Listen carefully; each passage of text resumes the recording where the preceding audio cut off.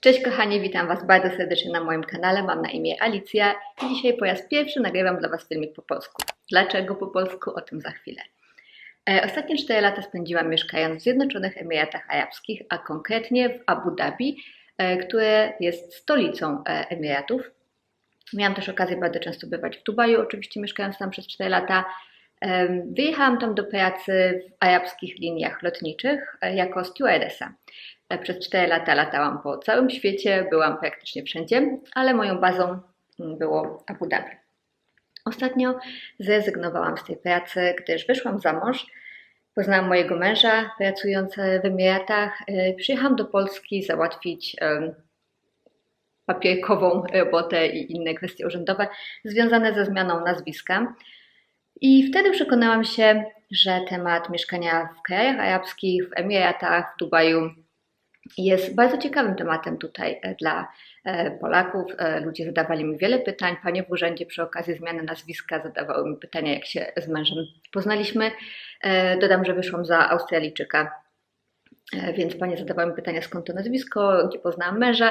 I od słowa do słowa pytania zeszły na to, jak wygląda życie w Emiratach.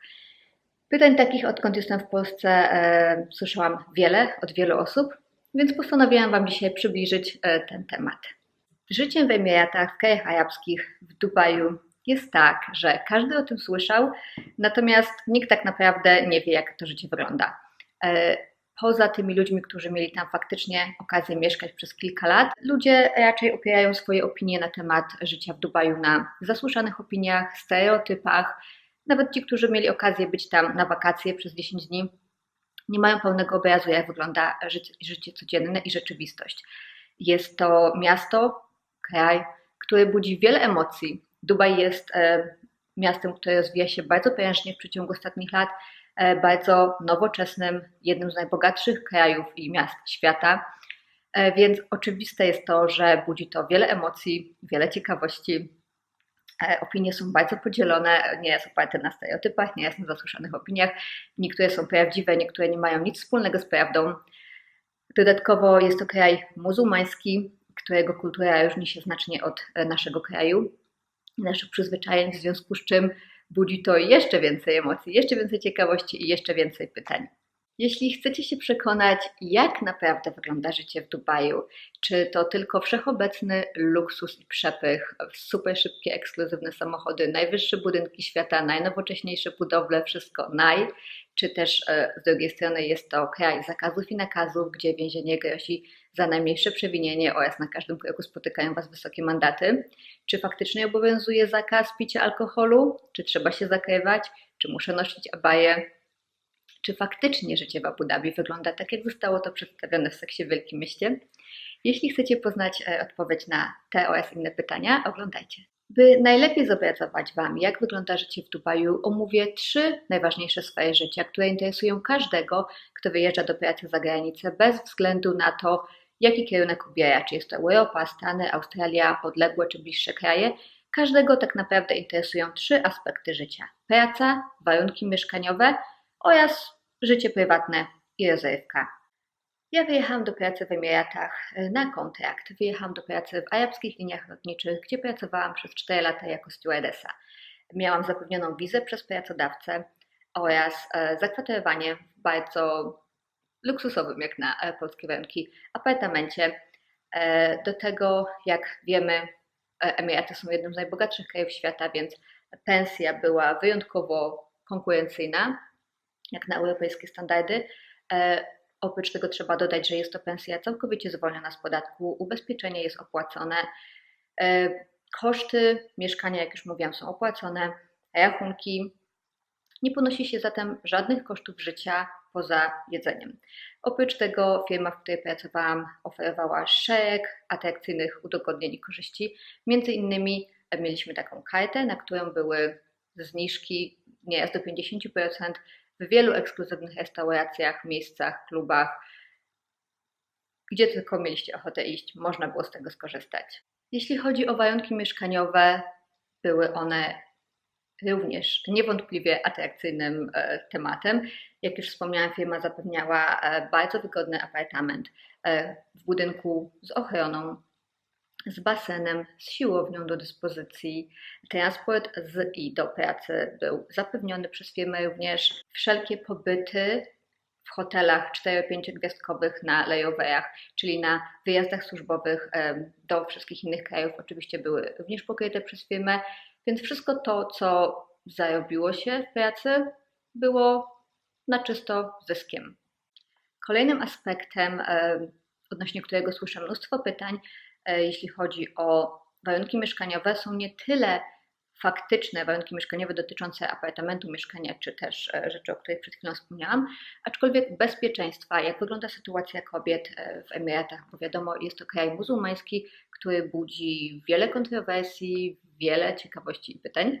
Powiem Wam, jak sytuacja wyglądała z mojej perspektywy. Ja czułam się tam wyjątkowo bezpiecznie.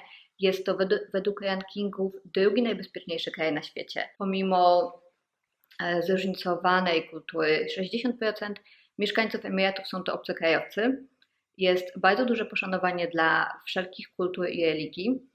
Kobiety nie są zaczepiane, nie są napastowane. Jest naprawdę bezpiecznie. Mnie nie spotkało w Emiratach nic przykrego, żadne przykre zdarzenie, żadne zaczepki, żadne nieodpowiednie sytuacje, które niestety mają miejsce bardzo często w Europie czy też w Stanach, jak wiemy. Zauważyłam, że w Polsce Emiraty Arabskie postrzegane są jak typowy kraj arabski na równi z Arabią Saudyjską. Emiraty zdecydowanie nie są Arabią Saudyjską, kobiety tam mogą czuć się wolne. Ja jako katoliczka i cudzoziemka nie musiałam się zakrywać, nie musiałam nosić abai ani błyki. Jedyne okazje, podczas których założyłam abaję, były w celach turystycznych, by móc odwiedzić meczet, gdzie jako miejsce kultu religijnego wymagane jest noszenie abai. Natomiast na co dzień w życiu codziennym ubieram się dokładnie tak jak w Polsce. Oczywiście nie ma tu mowy o żadnym wyzywającym ubiorze, ale takiego również nie nosiłabym w Polsce, więc nie musiałam zmieniać absolutnie nic w swoim ubiorze podczas mojego codziennego życia w Emiratach. Jeśli chodzi o wyjścia z koleżankami czy imprezy, normalny ubiór nie budził tam absolutnie żadnej sensacji. Kiedyś być może sytuacja wyglądała inaczej, było więcej zakazów i obostrzeń w tej sferze.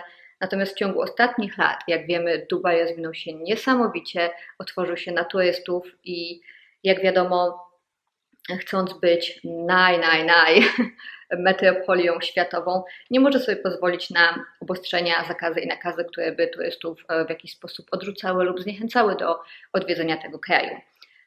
Ta kwestia prowadzi mnie do kolejnego tematu, jakim jest picie, spożycie alkoholu, czy też zakazy z tym związane. Kiedyś było to, jak mówiłam, bardziej obostrzone. Obecnie alkohol jest wszechobecnie dostępny. Nie można go kupić co prawda wszędzie, tak jak u nas na stacjach benzynowych, czy też w galerii handlowej spożywając posiłek.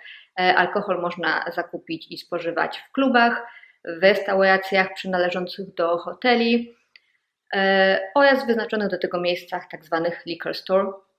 Trzeba mieć do tego celu wyrobioną specjalną licencję alkoholową, by móc taki alkohol zakupić legalnie, ale jest to tylko taki przepis. Ja mieszkając tam 4 lata nie wyrobiłam licencji i nikt mnie nigdy o nią nie poprosił. Byłam w stanie normalnie kupować alkohol i nie spotkało mnie z tego powodu żadne konsekwencje. Jak wygląda kwestia rozrywki i życia prywatnego, czyli co robimy po pracy? Życie w Emiratach dostarcza wielu możliwości bardzo bogatego i wygodnego życia. Bogatego pod względem zarówno finansowym, jak i przeżyć i możliwości atrakcji, z których można skorzystać. Jak już wspomniałam, Emiraty są krajem, a zwłaszcza Dubaj jest miastem, w którym szejkowie prześcigają się w tym, by to miasto było jak najlepsze na świecie. Oferują całe mnóstwo wszelkiego rodzaju rozrywek, poprzez turystyczne, skończywszy na kulinarnych. Są tam dostępne wszelkiego rodzaju kuchnie świata, o jakich tylko sobie możecie zamarzyć. Dubaj jest znany z tak zwanego fine dining, czyli ekskluzywnej kuchni, ekskluzywnego jedzenia w super drogich restauracjach. W Dubaju również znajdują się najlepsze na świecie kluby, przyjeżdżają najlepsi DJ-e, najlepsi piosenkarze, piosenkarki, performerzy, wszelkiego rodzaju artyści. Oczywiście wszędzie widoczny jest wszechobecny luksus, super drogie, ekskluzywne samochody i budynki robiące niesamowite wrażenie. Jak wygląda kwestia korzystania z tego rodzaju uroków? Otóż jedzenie na mieście, trzeba przyznać, jest bardzo drogie, jest wyjątkowo drogie. Natomiast mieszkając tam jakiś czas, człowiek orientuje się już, jak z tego korzystać. Zwłaszcza życie tam jest wygodne dla kobiet, gdyż jest cała masa tak zwanych ladies night, wszędzie, nie tylko night, brunches, czyli coś pomiędzy śniadaniem a lunchem, dla kobiet w różnych miejscach, gdzie są one za, można powiedzieć, pół darmo w wyznaczone dni. Firma moja, w której pracowałam, moje linie lotnicze oferowały specjalną kartę zniżkową, gdzie na wybrane dni lub nie tylko wybrane dni, w niektórych miejscach codziennie można było korzystać z jedzenia za nie 150% zniżki. Karta ta również obejmowała wszelkiego rodzaju rozrywki, jak na przykład park Formuła 1 w Abu Dhabi i wiele, wiele innych.